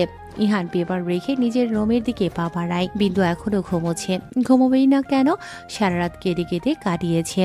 সকালের দিকে তার চোখটা লেগেছে। বিন্দুর ঘুমটি যেন ইহানের পছন্দ হচ্ছে না। কিভাবে সে চিন্তামুক্ত হয়ে ঘুমোচ্ছে। ইহান কতক্ষণ মাথার চুল টেনে এদিক ওদিক তাকালো। তখন তার চোখ গেল বিন্দুর শরীরের দিকে। কাপড় ঠিক নেই, তার পেট থেকে কামিজটা সরে গেছে। ইহানের হঠাৎ তার বোন মারিয়ার কথা মনে পড়ে। সাথে সাথে চোখ মুখ শক্ত করে। পাশে থাকা জ্বলন্ত মোম এনে বিন্দুর পেটের কাছে হেলে ধরে। জ্বলন্ত মোম গলে গলে বিন্দুর পেটে ফোঁটা ফোঁটা পড়তেই বিন্দু চিৎকার করে উঠে বসে। বিন্দু ইহানের দিকে তাকিয়ে দেখে ইহান জ্বলন্ত মোমবাতি নিয়ে দাঁড়িয়ে আছে। বিন্দুর পেট জ্বালা করছে খুব। বিন্দু চিৎকার করে বলে ওঠে, আপনি মানুষ, এমন করলেন কেন? কি করেছি আমি? ইহান মোমটা তার জায়গায় রেখে বিন্দুর গালে চেপে ধরে বলতে থাকে, কি করিসনি সেটা বল। তোরা আমার সুখ শান্তি সব কেড়ে নিয়েছিস, আর এখন আরাম করে ঘুমাচ্ছিস। তা কেমনে হতে দেই বল? মুখটা ঝাড়া দিয়ে সরিয়ে দিয়ে বলতে থাকে, কাউকে ছাড়বো না আমি। বিন্দুর মুখের উপর আঙুল তুলে বলতে থাকে, মাইন্ড ইট। চলে যায় ইহান। বিন্দু আবার কাঁদতে লাগে বসে। আয়নার সামনে একটি তোয়ালে পেঁচিয়ে দাঁড়িয়ে নিজের শরীর খুঁটিয়ে খুঁটিয়ে দেখতে ব্যস্ত ঝিনুক। আর ভাবছে, কি নেই আমার, উল্টো সবার থেকে দেখতে অনেক আকর্ষণীয় আমি। যে কোনো সুদর্শন ছেলে আমার সাথে যেতে চায় একবার না, শতবার। কিন্তু ইহান, ওর আমার প্রতি কেন টানই নেই? কেন? আমি তো ওকে সেদিন অনেক খুশি করেছিলাম, তাহলে কেন সে আমায় চায় না? তোয়ালেটা খুলে ফেলে দেয় ঝিনুক আর বলতে থাকে, এই যে স্পর্শ তুমি করেছো, আমি যে ভুলতে পারছি না, আর তোমাকেও ভুলতে দেব না। আমি তোমাকে আমার করে ছাড়বো। সকাল থেকে ইহানের কোনো নামগন্ধ পাচ্ছে না বিন্দু। তাই ধীরে ধীরে নিচে নেমে আসে সে। সদর দরজা খোলা, তার উপর নিচে কেউ নেই। যেই না ছুটে বের হতে নেবে অমনি হাতে হ্যাঁচকা টান খায় বিন্দু। পেছনের দিকে ফিরে মানুষটিকে দেখে ভয়ে কেঁপে ওঠে সে আর বলতে থাকে, আপনি? ইহান এসে দাঁড়িয়েছে সামনে। সে প্রশ্ন করে, কোথায় যাওয়া হচ্ছিল বিন্দু? হাত ছাড়াতে ছাড়াতে বলতে থাকে বিন্দু, প্লিজ আমাকে যেতে দিন। কি করেছি আমি আপনার? ইহান বাঁকা হেসে বলতে থাকে, এত সহজে না বেবি। মুহূর্তেই মুখের ভাব পাল্টে দাঁতের দাঁত চেপে বলতে থাকে, আর তোমার এত সাহস হলো কেমনে আমার কাছ থেকে পালানোর? তুমি কি ভুলে গেছো তুমি আমার বিয়ে করা স্ত্রী? স্ত্রী কথাটা শুনে মেজাজ বিগড়ে যায় বিন্দুর। বিন্দু চিৎকার করে বলে ওঠে, কিসের স্ত্রী? আমি এই বিয়ে মানি না। আমি থাকবো না আপনার সাথে। আজ নয়তো কাল আপনার মতো কাফিরের থেকে অনেক দূরে চলে যাব। দরকার হলে আপনাকে খুন করে ফেলবো আমি। ইহানের কাছে এটা জোকস মনে হলো। বিন্দুর হাত ছেড়ে হো হো করে হাসতে লাগলো। তার হাসি পুরো বাড়ি গুঞ্জন সৃষ্টি করে। বিন্দুর যেন ভয় জেগে বসলো। বসারই কথা, কাল থেকে এখন পর্যন্ত কত কি না তার সাথে করছে। আর এখন তো পালাতে চেয়েছিল, এখন না জানি কোন কষ্ট দিয়ে বসে। ভয়ে দু একবার শুকনো ঢোক গিলে বিন্দু। তারপর ধীরে ধীরে নরম সুরে বলে ওঠে, কি চান আপনি আমার কাছে? এমন কেন করছেন? আমি তো কিছু করিনি আপনার। দেখুন, আমার বাবা ভাইয়ের মান সম্মানের বিষয়। প্লিজ যেতে দিন। তার উপর কদিন বাদে আমার বিয়ে। আমি ফিরে না গেলে অনেক বাজে অবস্থায় পড়বে, প্লিজ। ইহান দুহাত বেঁধে খুব মনোযোগ দিয়ে কথাগুলো শুনল।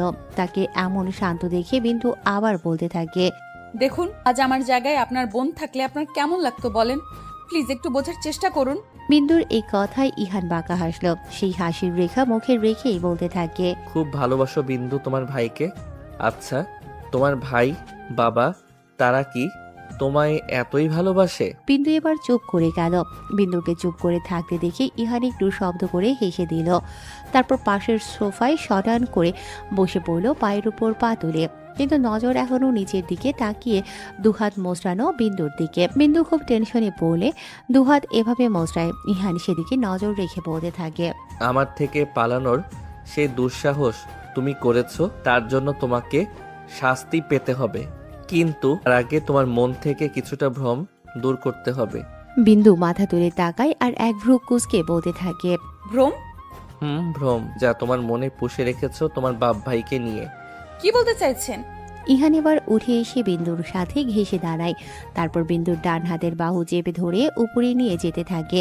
আর বিন্দু এদিকে ব্যথায় চিৎকার করে বলে ওঠে, প্লিজ আমার বাহু ছাড়ুন, ব্যথা করছে। ব্যথায় দু চোখে পানি চলে আসে তার। ইহান এবার তার রুমে এসে ঝটকা মেরে ফেলে দেয় বিন্দুকে। বিন্দু নিচে পড়ে যায়। তখন ইহান বিন্দুর সামনে হাঁটু গেড়ে বসে বলতে থাকে, বিন্দু, তুই খুব বকিস রে সেই ছোট থেকেই। কেন এত অবহেলার পরও চিনতে পারিস না তোর বাপ ভাইকে? বিন্দু ইহানের কথায় চমকে যায় আর বলতে থাকে, ছোট থেকে মানে? আপনি কি আমাকে চিনতেন আগে থেকে? কে আপনি? বিন্দুর প্রশ্নে ইহান হাসল, যেটা কোনো সুখের হাসি না, চাপা কষ্টের হাসি, যা বিন্দু খুব করে বুঝতে পারছে। কেন জানি বিন্দুরও এই হাসিতে কষ্ট লাগলো। কেনই বা এই ব্যক্তিটিকে দেখে তার পরিচিত মনে হচ্ছে, আর কেনই বা এই লোকটি তাকে টানছে। তার প্রতিটি বাক্য বিন্দুর বিশ্বাস করতে ইচ্ছে করছে।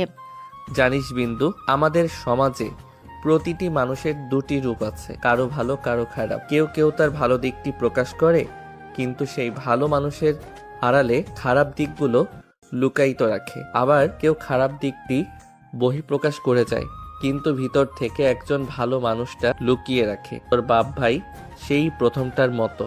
যারা বিন্দু ইহানের কথায় কিছুই বুঝতে পারল না। সে প্রশ্ন চোখে চেয়েই রইল। ইহান আবার হাসলো আর বলল, বিন্দু, তুই সত্যি বড্ড বোকা। বাপ ভাইয়ের কথা রাখতে তোর নিজের লাইফটাই শেষ করে দিতি রে। কি বলতে চাইছেন? আর এত পেঁচাচ্ছেন কেন? সোজাসুজি বলেন যা বলার। ইহান আবার বিন্দুর কাছে এগিয়ে গেল। মাটি থেকে বিন্দুকে তুলে আরামসে বিছানায় বসালো। তার পাশে সেও বসলো। বিন্দু সবকিছু বিস্ময়ের চোখে দেখছে। বিন্দুর দুগালে ইহানের দুহাত রাখতে বলতে থাকে, আমি শুধু জুলিয়েটকে বাঁচাতে চাইছি। বিন্দু চমকে ইহানের দিকে তাকায়। জুলিয়েট নামটা শুনে বিন্দুর মনে ধক করে ওঠে। সে ইহানের বোন মারিয়ার দেওয়া ডাক নাম ছিল। তাহলে কি উনি? সে কাপা কাপা কণ্ঠে বলে ওঠে, কে আপনি? ইহান এবার বুঝতে পারে বিন্দু কিছু একটা বুঝতে পেরেছে। সে বিন্দুকে ছেড়ে গড়গড় করে বের হয়ে যায় রুম থেকে। তখনই বিন্দুও যেতে নেয় পিছু, কিন্তু পারে না। ইহান রুমের দরজা লাগিয়ে দিয়েছে বাহির থেকে।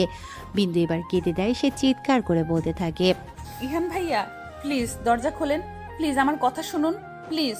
ইহান চলে গেছে। বিন্দু দরজার পাশে বসেই কান্না করছে আর ভাবছে, তুমি তোমার ফ্যামিলিরা সব তো পুড়ে গিয়েছিলে তাহলে? অনেক প্রশ্ন জেগে বসেছে তার মনে, কিন্তু উত্তর যার কাছে সে চলে গেছে। কি করবে বিন্দু কিছুই বুঝতে পারছে না। বসে বসে জল ফেলছে শুধু। তার মনে এখন একই সাথে ভয়, কষ্ট এবং নতুন এক আশা কাজ করছে। যদি এ লোকটা সত্যিই তার ছোটবেলার বন্ধু ইহান হয়, তাহলে কেন সে এত নির্মম আচরণ করছে? প্রতিশোধের এই খেলাটা কি তার বাবা ভাইকে নিয়ে, নাকি অন্য কিছু?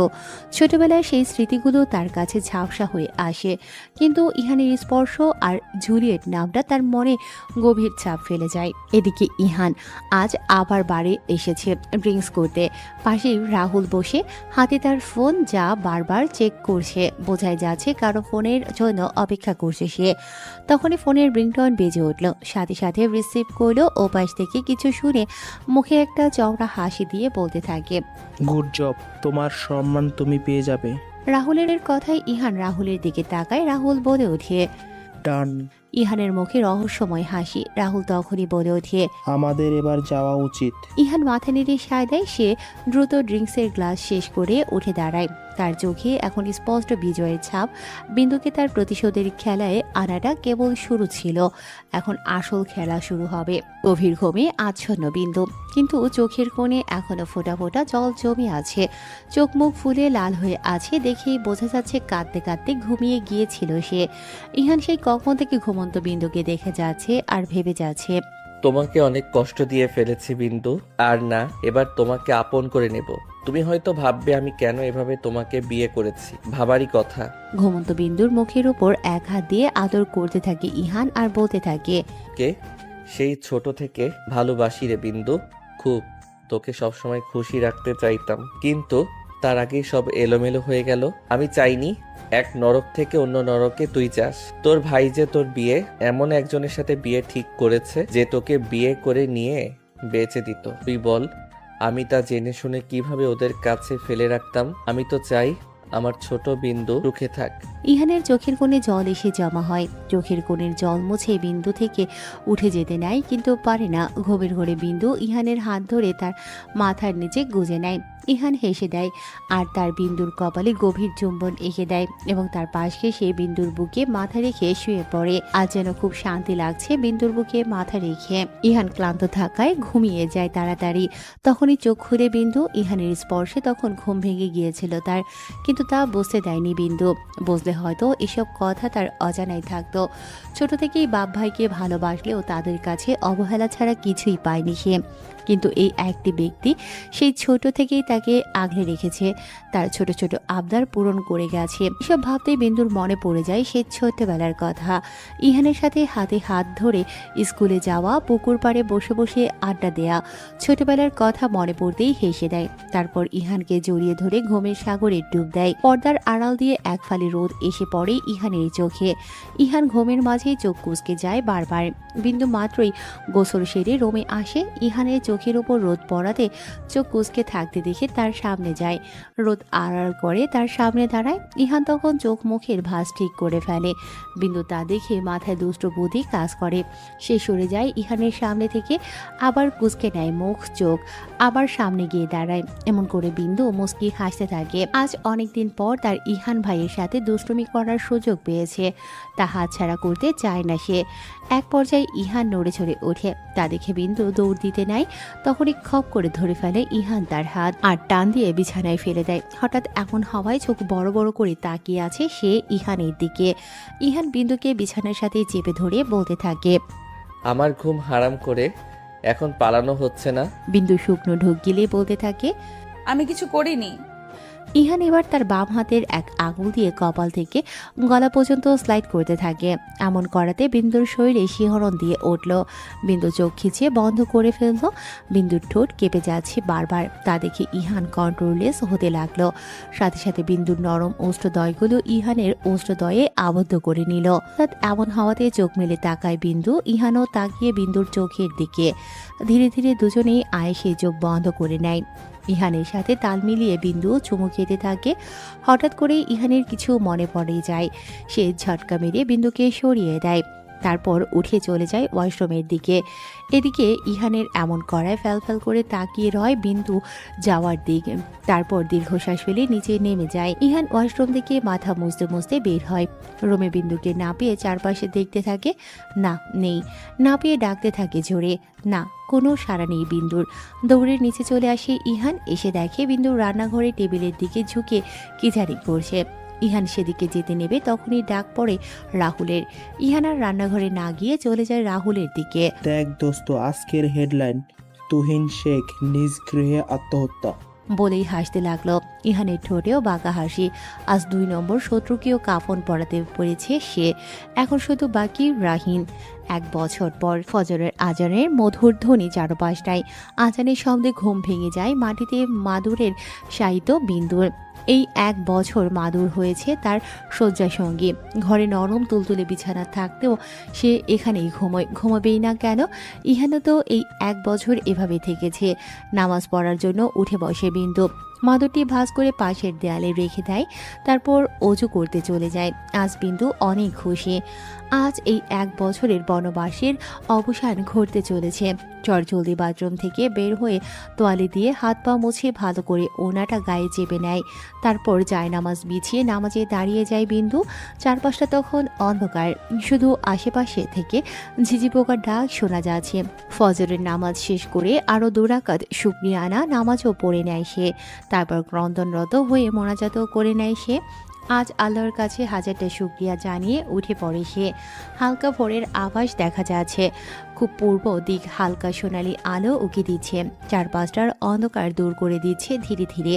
যেমনটি বিন্দুরও আজ তার জীবনের বিগত 1 বছরের অন্ধকারের অবসান ঘটিয়ে আলোর দেখা মিলতে যাচ্ছে। বারান্দার রেলিং ধরে দাঁড়িয়ে আকাশ পানে তাকিয়ে ভেবে যাচ্ছে বিন্দু।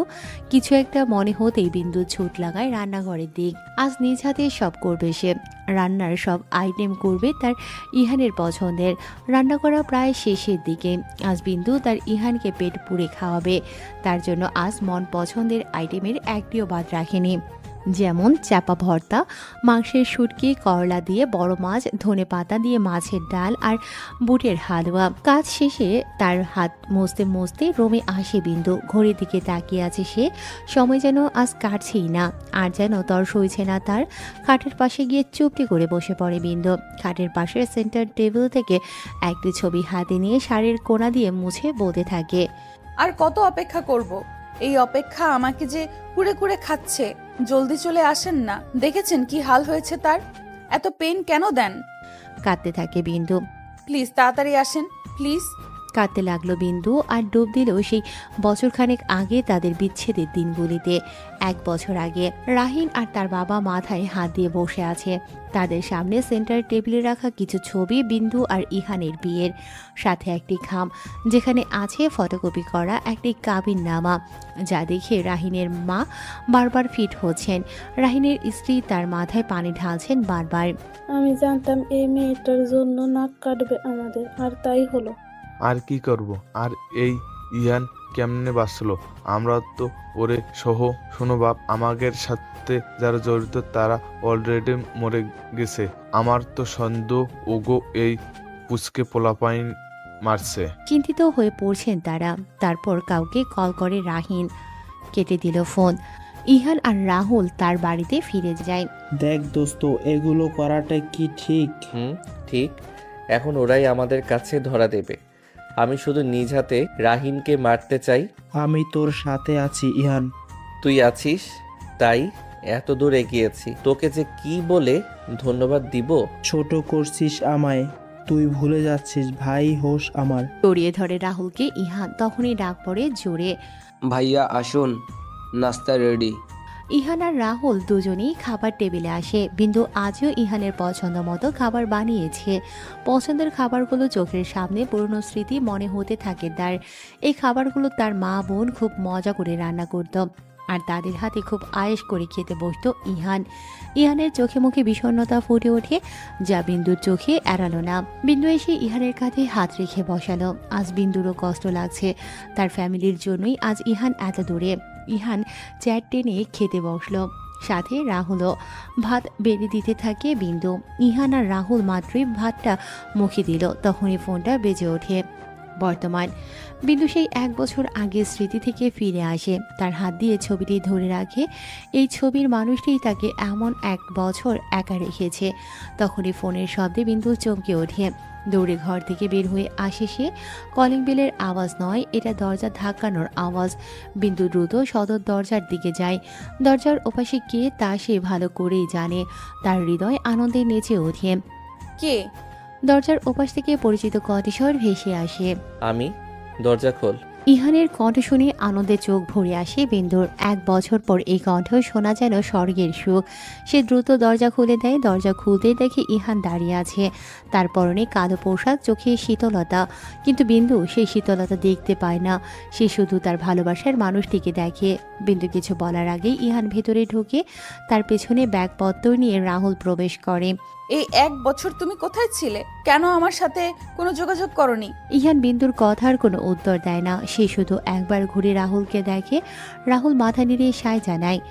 রাহুল, তুমি বরং এখন যাও, পরে কথা হবে। ঠিক আছে দোস্ত। রাহুল চলে যায়।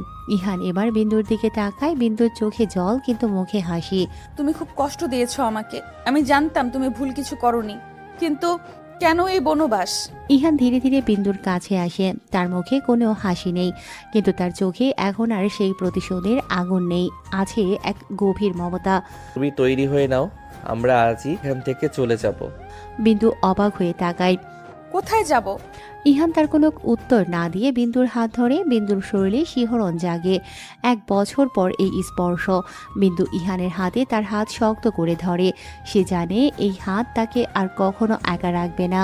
তোমার পছন্দের সব খাবার বানিয়েছি, খাবে না? খাবো, এখন নয়, আগে এখান থেকে বের হই। বিন্দু আর কথা বাড়ায় না। সে জানে ইহান যে কারণেই হোক তাকে দূরে রেখেছিল, সেটা এখন শেষ। তার জীবনে আবার শান্তি ফিরে আসে। তবে আমাদের সমাজে একটি প্রচলন আছে, বাড়া ভাত নাকি রেখে যেতে নেই। আজকের সমাজের মানুষ মানে না, বিন্দুও ঠিক তাই। তারপরও কেন জানি ইহান রাহুলকে এভাবে ভাত রেখে চলে যাওয়াতে বিন্দুর মনে খসখস করতে থাকে। সে বুঝতেই পারছে না এমন কেন হলো, কি এমন কল আসলো যে দুজনেই বের হয়ে গেল। আজ ইহানের সাথে থাকছে 1 মাস হলো। এই 1 মাসে ইহান এমনটি কখনো করেনি। সে খাবার অপচয়কারী মানুষদের যেন পছন্দ করে না, তেমনি নিজেও করে না। তখন ভাত মাখিয়ে 1 নলা মুখে দেবে, তখনই ফোন আসে ইহানের ফোনে। ফোনটি রিসিভ করতেই সাথে রং পাল্টে যায় তার মুখের। সাথে সাথে বলে ওঠে, আসছি। পাশে থাকা রাহুল কেবল হাতের ভাতের 1 নলা মুখে পুড়েছিল। ইহানকে এমনভাবে দেখে জিজ্ঞাসা করল, কি হয়েছে? ইহান হাত ধুতে ধুতে বলে, উঠে এখনই যেতে হবে, ফ্যাক্টরিতে মারামারি লেগেছে। আমি যাচ্ছি, তুই ভাত খেয়ে আয়। রাহুল সাথে সাথে উঠে হাত ধুয়ে বলতে থাকে। না, আমিও যাব, চল। আর কথা না বাড়িয়ে বের হতে নেয় তারা। তখনই বিন্দু তরকারির বাটি নিয়ে খাবার টেবিলে আসে। দেখে তারা চলে যাচ্ছে। তখন পেছন থেকে বিন্দু বলতে থাকে, ভাতটা শেষ করে যান। কোথায় যাচ্ছেন আপনারা? কোনো জবাব পায় না আর। তখন থেকে খসখস করছে তার মন। ফ্যাক্টরিতে এসে কাউকে দেখতে পায় না তারা, অথচ কলটি ফ্যাক্টরিতে লাগানো টেলিফোন বুথ থেকে এসেছে। তার উপর এই সময় সব গেলগই, কিছু মাথায় আসে না তাদের। তখনই পেছন থেকে রাহুলের আওয়াজ শোনা গেল। তাৎক্ষণিক পেছনে ফিরে মাটিতে লুটিয়ে পড়তে দেখে রাহুলকে। রাহুলের সাদা শার্ট লাল হয়ে গেছে মুহূর্তেই। হঠাৎ এমন হওয়াতে স্তব্ধ হয়ে যায় ইহান। চোখের সামনে প্রিয় বন্ধুকে ছটফট করতে দেখে আর সামলাতে পারছে না নিজেকে। অশ্রুসিক্ত নয়নে চিৎকার করে ডাকছে, কিন্তু কাউকে পাচ্ছে না। শেষ পর্যন্ত নিজেই গাড়ি করে হাসপাতালে নিয়ে আসে। হাত পা কাঁপছে ইহানের। আজ দ্বিতীয়বার তাকে সেই কাছের মানুষদের হারানোর পেন কেমন তা অনুভব করতে হচ্ছে। কেনই বা এত পেন তার জীবনে। রাহুলকে ওটিতে নেওয়া হয়েছে। পৃথিবীতে ইহানের যেমন কেউ নেই, তেমনি বাবা মা মারা যাওয়ার পর রাহুলেরও কেউ নেই। দুজন দুজনকে আঁকড়ে বেঁচেছে। আর আজ তার বন্ধু, তার ভাই এই পেন সহ্য করছে। ওটির সামনেই হাঁটু গেড়ে বসে কাছে ইহান। তখন চোখ মুখ শক্ত করে দাঁড়িয়ে পড়ে। হাত দুটো মুষ্টিবদ্ধ করে দাঁতে দাঁত চেপে বের হয়ে যায় আর বিড়বিড় করে বলতে থাকে, সব কটাকে আজ শেষ করে দেব, আজ কাউকে ছাড়বো না। এর গভীরতা বৃদ্ধি পাচ্ছে, সাথে বিন্দুর চিন্তাও। তখনই জায়নামাজে বসে আল্লাহর কাছে 2 হাত তুলে দোয়া করতে থাকে। আজে তার মন ভালো নেই। সামনে ইহানকে ডেকে যাচ্ছে। কদিন ইহান এত রাত করেনি, সব সময় টাইমলি ঘরে ফিরেছে। সালাত আদায় করত, বাজে সব নেশা সেরেছিল। এমনকি রাতের সালাত দুজনেই আদায় করত। তাহলে এমন কি হলো যে ইহানের আজ কোনো খবর নেই, সাথে রাহুলেরও। এই ছেলেটা যে বিন্দুকে ভাইয়ের মতো আদর করত। বিন্দুর কথাই এ বাড়িতেই থাকতো রাহুল। দিনগুলো তো ভালো কাটছিল, তাহলে কেন এসব হচ্ছে? প্রশ্নের উত্তর একটাও নেই তার কাছে। পুলিশের সামনে বসে আছে ইহান, সারা শরীরে রক্তমাখা, চুলগুলো এলোমেলো। হাতে থাকা ছুরিটি এগিয়ে দিয়ে বলে, আমি মাত্র খুন করে এসেছি 2টো, তার আগেও করেছি অনেকগুলো। একটি পেন ড্রাইভ এগিয়ে দেয়। এখানে সকল তথ্য আছে, আপনি আমাকে এখন জেলে নিতে পারেন। পুলিশটি যেন থ হয়ে গেছে। তিনিও জানেন যাদের ইহান মেরেছে এরা কতটা খারাপ ছিল। তাদের ধরার সামর্থ্য তাদের নেই। পুলিশের লোকটি অনেক খুশি হন, তাই ইহানকে ছেড়ে দিতে চান, কিন্তু তাতে ইহান রাজি না। বাধ্য হয়ে জেলে ঢোকাতে হয় ইহানকে। এভাবে কেটে যায় কয়েক মাস। সেদিনের পর থেকে ইহানের জেল হয় 1 বছরের। আরও বাড়ত, কিন্তু পুলিশেরা তা করতে দেয়নি। তারা অনেক সাপোর্ট করে ইহানকে। এইদিকে রাহুলও সুস্থ, কিন্তু ইহানের জন্য মন অনেক খারাপ। ইহানের সাথে রাহুলও জড়িত, তাহলে সবকিছু থেকে কেন তাকে বিরত রাখলো? কিন্তু বাপ ভাইয়ের জন্য শোকে থাকলেও তার বাপ ভাইয়ের কৃতকর্ম শোনার পর এক ফোঁটাও কাঁদেনি। কাঁদবেই বা কেন? তাদের জন্য কত নিরীহ মানুষ প্রাণ হারিয়েছে, কত মেয়েরা তাদের সম্মান হারিয়েছে। তাই সে খুশি, তাদের আল্লাহ বিচার করেছেন। বিন্দু এতেও খুশি, আর তার ইহান নিজের ভুল বুঝতে পেরেছে। ইহান জেলে যেভাবেই ছিল, বিন্দুও ঠিক এমনভাবে থাকার ট্রাই করেছে। যেমন ইহান ওখানে মাটিতে ঘুমোতো, বিন্দুও তাই করতো। ইহান সেখানে দুমুঠো চাল ভাত, কাঁচামরিচ, শক্ত রুটি এসব খেত, বিন্দুও তাই। দুজনে এক প্রকার বনবাসের মতো কাটিয়েছে। 1 বছরেই ইহানের জন্য ভালোবাসা বেড়েই চলেছে তার। ইহানের স্পর্শগুলো মিস করেছে। বাসার কলিং বেল বাজতেই দৌড়ে নিচে নেমে আসে বিন্দু। রাহুলের সাথে ইহানকে দেখে আর সইতে পারে না সে, দৌড়ে জাপটে ধরে তাকে। ইহানও তাই, জড়িয়ে ধরে শক্ত করে, আর কাঁদতে লাগে দুজনে। আজ যেন অপেক্ষার দিন শেষ হলো। জোজো আর রাহুলও কেঁদে দিল তাদের এভাবে কাঁদতে দেখে। ঘড়ির কাঁটা টিং টিং করে বেজে জানান দিচ্ছে 12টা বেজে গেছে, কিন্তু বারান্দার ফ্লোরে বসে থাকা দাম্পত্যের যেন সেই খেয়াল নেই। দূর আকাশের মিটিমিটি তারাগুলো দেখতে ব্যস্ত তারা, তার সাথে নানা গল্পে মেতে। ইহান দেয়াল ঘেঁষে বসে, তার কোলে বিন্দু। বিন্দুর মাথায় হাত বুলিয়ে দিচ্ছে ইহান, আর বিন্দুর নানা কথা শুনছে। কথায় এক পর্যায়ে বিন্দুকে পেছন থেকে জড়িয়ে ধরে ইহান। সাথে সাথে কেঁপে ওঠে বিন্দু, আর ইহান বলতে থাকে, তোর সাথে অনেক অন্যায় করেছি বিন্দু, আমাকে মাফ করে দিস। 1 বছরে কে অনেক মনে করেছি, কতবার এমন হয়েছে ছুটে আসতে চেয়েছি তোর কাছে, কিন্তু পারিনি। ইহানের কথার মাঝে বিন্দু তার ঘাড়ে ভেজা অনুভব করলো। বুঝতে বাকি নেই ইহান কাঁদছে, বিন্দুর চোখ টলটল করছে। ইহান বলতে থাকে, আমার লাইফে যতটা পেইন আমি সহ্য করেছি তা আমি বাচ্চাদের করতে দেব না। তাদের অনেক হ্যাপি রাখবো, একটা হ্যাপি ফ্যামিলি বানাবো। পাশে থাকবি তো আমার? বিন্দু মাথা নাড়ায়। ইহান হেসে দেয় আর উঠে দাঁড়ায়। তা দেখে বিন্দু তার দিকে তাকায়। বিন্দু কিছু বলতে নেবে, তার আগেই ইহান বিন্দুকে কুলে তুলে নেয় আর ঘরের দিকে পা বাড়ায়। সকল মান অভিমান পেন ভুলে নতুন জীবন শুরু করতে পা বাড়ায়।